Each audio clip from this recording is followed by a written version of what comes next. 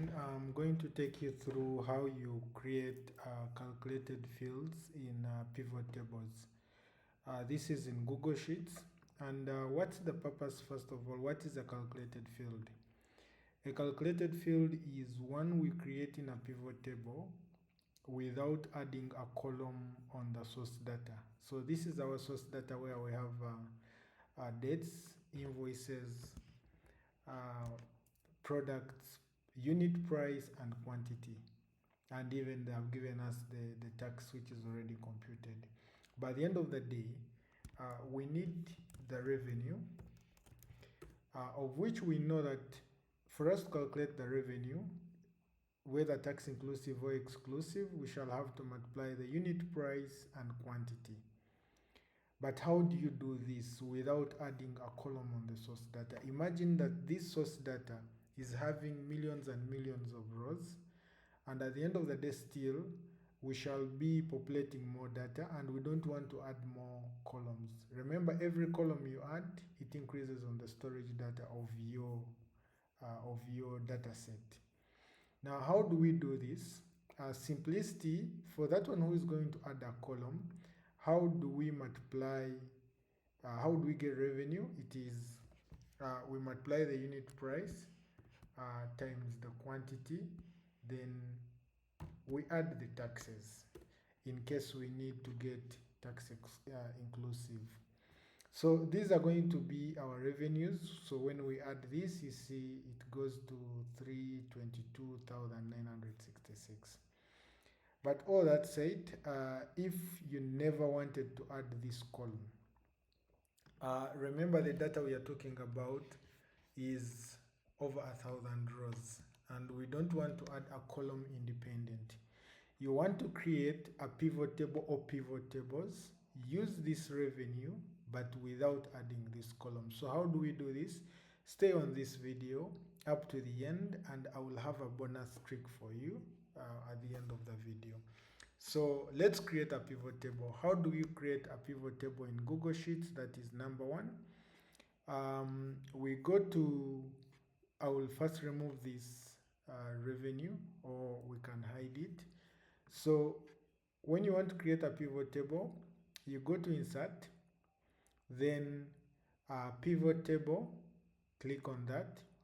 It will bring a dialog box, and it will have already auto-selected your data set. Don't change it because it has already selected it.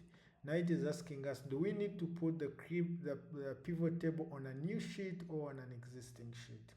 Existing sheet means that you already have a sheet where you're putting all your pivot tables, or you want to put the pivot table part of the sheet we are on. So this time I'm not going to create a new sheet. I will say existing sheet. And which one is the existing sheet? It is this one I'm having. So you can scroll up to the top of your table. Then I'll say I want to include my sheet here. Automatically it will select my I2, and I will do OK. Then create a pivot table. So when you create a pivot table, this is always how it will be: to create a canvas with rows, columns, and values. Now, this one gives you a hint on how you're going to place your fields. So remember, we want to place our product line under rows. Then we shall need the value, but our value this time we need the revenue, which we don't have. Assume that you don't have it because this is manually calculated. So what do we need? Which means I'll get the product line, drop it under rows. Or another option, you can just say add and search. In case you have many fields, you can go ahead and search, and it will bring you the search keyword. Expand this. Now here the next thing, I want to add my revenue, which I'm assuming that this I don't have it because this is manually calculated by adding a column. Here we need to calculate. So how do you calculate? You come to the values, add. This time I'm not picking any column, but I want a calculated field. So the moment you do this, it will automatically give you an auto formula of equals to 0, and you'll see it has populated everything equals to 0. So this time, the first thing you have to change is the summarized by. You have to change the summarized by to custom. So why we change that such that it shouldn't auto summarize whatever you're going to put here as sum. So we shall remove the 0. Remember, when you need to calculate an array of all the units multiplying by all the quantities but summing each line, we use the function called sum product, because we want to sum product the unit times the quantity. So if you need to know more about the formula sum product, please check the video, the link on the video on this video. You'll know more about sum product. So how do we use sum product? So I will put here sum product, open brackets. So what we are going to multiply is unit price. Now you'll manually type the field names. Let me make sure that I keep the case sensitive. Unit price, like that. Then a comma. I'll put a comma. Sum product is unit price times quantity. So this will be my quantity, like this. Then close the bracket. Now if I enter, it is going to give me an error. So you see here, it is already giving me an error. Reason why? Because this unit price field is having a space. And we can't remove the space from here because the space is already in the naming of the field or the column header. So how do you deal with such headers with spaces? You put them into single quotes like this. So you open a quote, put the field, you close the quote. Then go ahead and enter. It has already given us the sum.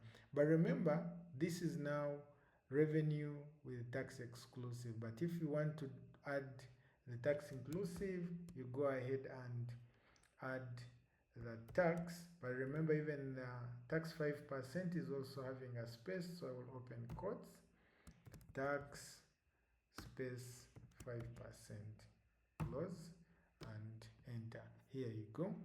So it will have given us the revenue inclusive. So if you want revenue exclusive, you'll go ahead and remove that tax and you'll get your value right. So this is my value, which means if I'm adding this also exclusive up to the bottom, it should be giving me a total of 307 587.38. So if I check the same thing, that is the answer. So that is what we have. If you added a column and if you added just a calculated field, that's what you get. So you go ahead and rename this to revenue. This is exclusive VAT. So guys, that's how we do it. It means that even if I deleted this column, which means we don't need the column, at the end of the day I can go ahead and calculate or have my pivot table with an inclusion of the revenue, which is not a column as a standalone. So that's it. And a bonus trick I would give you is this, that always when you're dealing with your data, it is always very good and it gives you a productivity when you change your data into a table. How do we change our data into a table? Just click anywhere in your data, go to format and convert your data into a table. So I will convert to a table and this will automatically convert to a table. So anything you do, anything you add, even if I add revenue here, it automatically adds. Even if I put the formula, which I was doing, let's say the unit price times the quantity, it will automatically suggest for you the autofill and you just accept, and this is exactly the answer we got. Otherwise, that is it. We'll meet you in the next video, but remember to leave us a comment and subscribe, hit that notification bell such that you can always receive notifications when we post such videos. Bye bye, meet you in the next video.